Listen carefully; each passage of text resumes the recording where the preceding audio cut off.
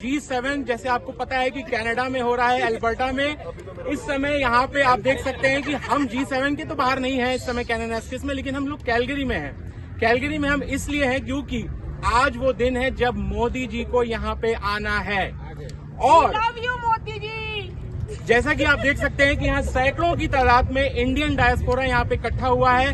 क्यों इकट्ठा हुआ है इनसे हम खुद जानेंगे, लेकिन आपको ये समझ में आ गया होगा कि ये कनाडा है, फिर भी जो भी भारतीय मूल के यहाँ पे लोग हैं वो कितनी गर्मजोशी के साथ मोदी जी का यहाँ पे स्वागत करने के लिए आए हुए हैं। और ये बहुत बड़ी बात है क्योंकि इस समय जैसा भी हम जानते हैं कि 2-3 सालों से कनाडा और भारत के रिश्ते उतने कुछ खास रहे नहीं है। जैसे कि पिछली सरकार थी, हमारे जस्टिन ट्रूडो उसको लीड कर रहे थे, कुछ उस समय गड़बड़ियां चल रही थी, लेकिन मार्क कार्नी ने जो कनाडा के प्रधानमंत्री हैं उन्होंने अपने आउट ऑफ द वे जाके कुछ लोगों को जैसे नहीं भी अच्छा लग रहा था कि क्यों इनवाइट भेजा गया, फिर भी उन्होंने भारत के प्रधानमंत्री को इस समय इनवाइट दिया है और वो स्पेशल गेस्ट के रूप में यहाँ पे आ रहे हैं। ये अपने आप में एक बहुत बड़ी बात है।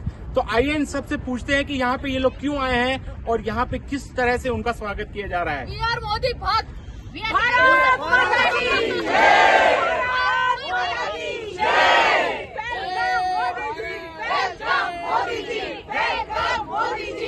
तो आप यहाँ पे आए हुए हैं, मेरे ख्याल से इस समय ऑफिस का टाइम है, फिर भी आप यहाँ पे आके स्लोगन्स कर रहे हैं। और आप यहाँ पे क्यों आए हैं, थोड़ा सा हमें दर्शकों को बताइए थोड़ा।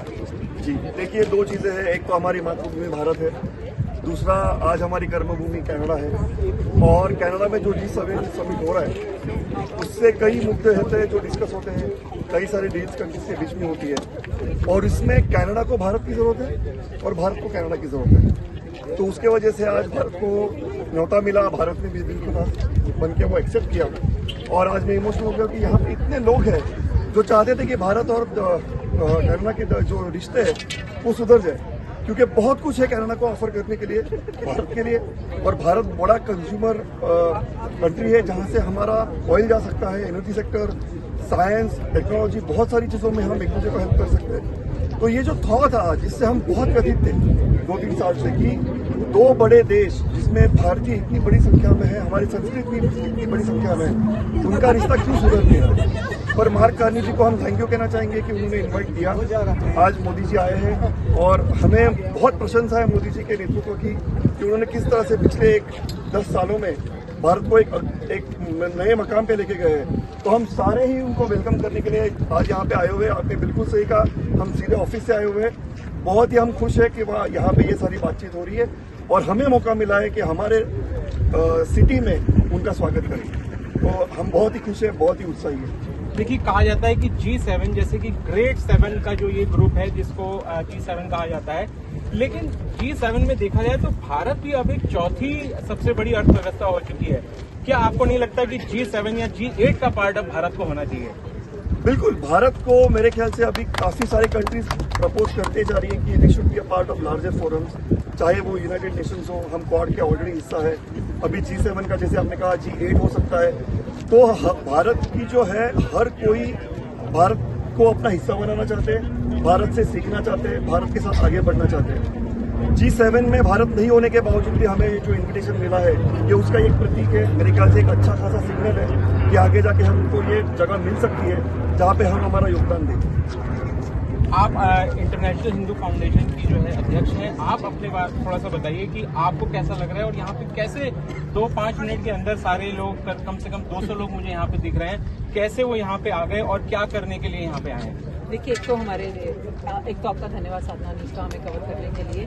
हमारे लिए एक तो वैसे कैलगरी में उत्सव चल रहा है कि देश के दुनिया भर के बड़े बड़े नेता यहाँ पे एकत्र हुए हैं और उसमें हमारे अपने देश के, हमारी मातृभूमि के रिप्रेजेंटेटिव सबसे बड़े यहाँ पे उपस्थित हो रहे हैं। तो हमारे लिए इससे हमारे पाँव जमीन पे नहीं लग रहे हैं। तो कनाडा की धरती भी धन्य हुई और मोदी जी भी धन्य हुए कि उनको आके अल्बर्टा में उनको हमारे साथ हमें कहने को हुआ कि हमारे प्रोविंस में हमारे प्रधानमंत्री जी ने चरण रखे और कुछ अच्छा जाएगा, अच्छा मैसेज जाएगा, हमारे रिश्ते और बेहतर होंगे। और हमारे लिए बहुत महत्व रखता है कि हमारे प्रधानमंत्री जी को यहाँ बुलाया गया, भारत के प्रधानमंत्री को हमारे प्रधानमंत्री कार्नी जी ने बुलाया और हम उनके बहुत धन्यवादी हैं कि उन्होंने बुलाया उन्हें। और ऐसे ही हमारे संबंध है भारत और कनाडा के मदर बनने चाहिए और हम उसी की आशा में आज उसी को उत्साहित करने के लिए हम सब एकत्र हुए हैं। देखिए, सिक्के के दो पहलू होते हैं। एक पहलू यहाँ पे इस तरह से ये निकल के आ रहा है कि जैसे म्यूनिसिपैलिटी बिल्डिंग के बाहर काफी बड़ी मात्रा में प्रोटेस्ट चल रहा है। कुछ लोग हैं जो फ्रिंज एलिमेंट जिसको हम बोल सकते हैं, वो लोग शायद खुश नहीं है कि उनको इस समय इनवाइट किया गया है प्रधानमंत्री मोदी जी को।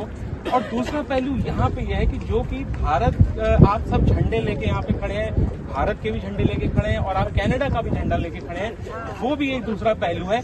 ये हमें थोड़ा सा समझाइए दर्शकों को कि वो किस तरफ देखें, वो उस वाले पहलू को देखें या इस वाले पहलू को देखें। देखिए, भारत एक डेमोक्रेसी, एक मान्यता प्राप्त और आज की डेट में बहुत ही विख्यात देश है। जैसे आपने पहले बोला कि G7 का पार्ट नहीं है, लेकिन आई थिंक जो पार्ट है उसके अलावा भी अगर आपको बुलाया जा रहा है, इसका मतलब आपको मिस किया जा रहा है, तो अपने आप इट स्पीक्स वॉल्यूम्स कि क्यों उनको बुलाया गया है यहाँ पे। और हम ज्यादा भारत के, हमारा जो पिछला हमारा कल्चर है, हम we are more constructive than destructive, तो हम वही प्रेजेंट करना चाहते हैं कि we value constructive, more constructiveness and constructive values. तो हम और किसी को महत्व देते नहीं, हम जिस तरह से हम प्रगति पे बढ़ सकेंगे हम उसी का सपोर्ट करेंगे। मधुर रिश्ते बहुत जरूरी हैं हमारे लिए। जी, बहुत बहुत शुक्रिया आपका। और आप जिस तरह से यहाँ पे आए हैं, बहुत अच्छा लग रहा है यहाँ पे। और आप फिर से बोलना चाहेंगे भारत माता की जय, भारत माता की जय, भारत माता की जय, जय भारत, जय कनाडा, जय भारत, जय कनाडा, जय भारत, जय